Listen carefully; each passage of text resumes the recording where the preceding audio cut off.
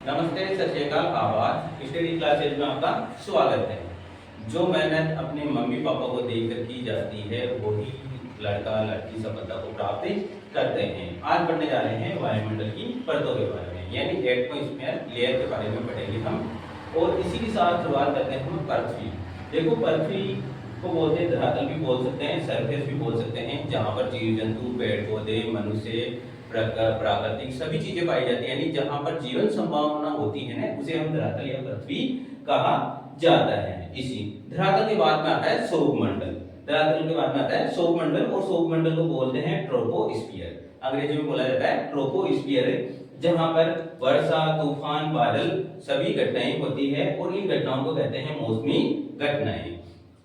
इनकी सौरमंडल की लंबाई होती है 0 से लेकर 20 किलोमीटर तक की होती है।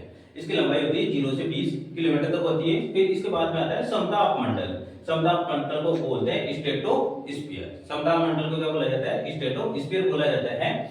और इसकी लंबाई होती है 21 किलोमीटर से लेकर 50 किलोमीटर तक। यानी समताप मंडल की लंबाई होती है 21 किलोमीटर से लेकर 50 किलोमीटर। इसी में समताप मंडल में ओजोन परत पाई जाती है, जो अल्ट्रावायलेट यानी पराबैंगनी किरणें आती है, उन्हें रोकने का कार्य कौन करती है? ओजोन परतें करती है। और समताप मंडल में मुख्यतः वायुयान, जेट ये सभी उड़ान भरते हैं। इसी मंडल में यानी समताप मंडल में, याद रखना, समताप मंडल में वायुयान और जेट उड़ान भरते हैं। इसके बाद में आ जाता है, इसके ऊपर आ जाता है, परत आ जाती है मध्यमंडल की। मध्यमंडल को बोला जाता है मेसोस्फीयर। मध्यमंडल को बोला जाता है मेसोस्फीयर। इसकी लंबाई होती है 51 किलोमीटर से लेकर 80 किलोमीटर तक होती है इसकी लंबाई। फिर इसके बाद में आता है तापमंडल। तापमंडल को बोलते हैं थर्मोस्फीयर। तापमंडल को बोला जाता है थर्मोस्फीयर, और इसका टेम्परेचर होता है -100 डिग्री टेम्परेचर। इसका टेम्परेचर -100 डिग्री तक होता है। फिर आ जाते हैं आयनमंडल। आयनमंडल इसी को तापमंडल के ऊपर होता है आयनमंडल, जिसे आयनोस्फीयर कहा जाता है। ये जो परत दिखाई दे रही है, ये है अंतरिक्ष नुमा परत होती है। ये परत अंतरिक्ष नुमा परत होती है आयनमंडल, और आयनमंडल को बोला जाता है आयनोस्फीयर।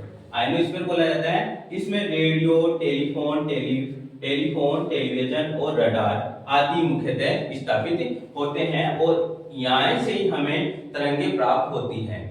हमें तरंगे प्राप्त होती है, पृथ्वी से जाती है, इनमें उपग्रहों में जाती है, और उपग्रह से हमारे रेडियो, टेलीविजन आदि की पृथ्वी पर किरणें आती हैं। ठीक है। और इसी आयनमंडल की मुख्यतः लंबाई होती है 81 किलोमीटर से लेकर होती है 600 किलोमीटर तक। फिर इसके बाद में आयनमंडल के बाद में आ जाता है बहिर्मंडल। बहिर्मंडल को बोला जाता है एक्सोस्फीयर। बहिर्मंडल यानी सबसे बाहर की परत होती है, जिसे बहिर्मंडल बोला जाता है, और जिसकी लंबाई होती है 601 किलोमीटर से लेकर 1000 किलोमीटर तक होती है। उसमें उपग्रह, अंतरिक्ष यात्री आदि होते हैं, यानी उपग्रह भी होता है और अंतरिक्ष जो यात्रा करना चाहते हैं इसी में यात्रा करते हैं। और इसकी शानदार ट्रिक होती है हमारे पास, इसी की शानदार ट्रिक है हमारे पास, छोड़ो सबको मैं आया बाहर। छोड़ो सबको मैं आया बाहर। छोड़ो यानी सौरमंडल, फिर सब यानी समताप मंडल, फिर मैं यानी मध्यमंडल, आ यानी आयनमंडल, और बा यानी बाह्य मंडल या बहिर्मंडल। इसकी शानदार ट्रिक है। और इसी के साथ यानी वायुमंडल पूछा जाए कि वायुमंडल कहते किसे हैं, यानी पृथ्वी के चारों ओर वायु की जो परतें पाई जाती है, उन परतें पाई जाती है, इसे ही हम कहते हैं वायुमंडल। जहां पर जीव जंतु, पेड़ पौधे का निवास होता है, उसे हम वायुमंडल कहते हैं। यानी पृथ्वी के चारों ओर जो वायुमंडल पाया जाता है उसे ही हम वायुमंडल कहते हैं। ठीक है। इसी के साथ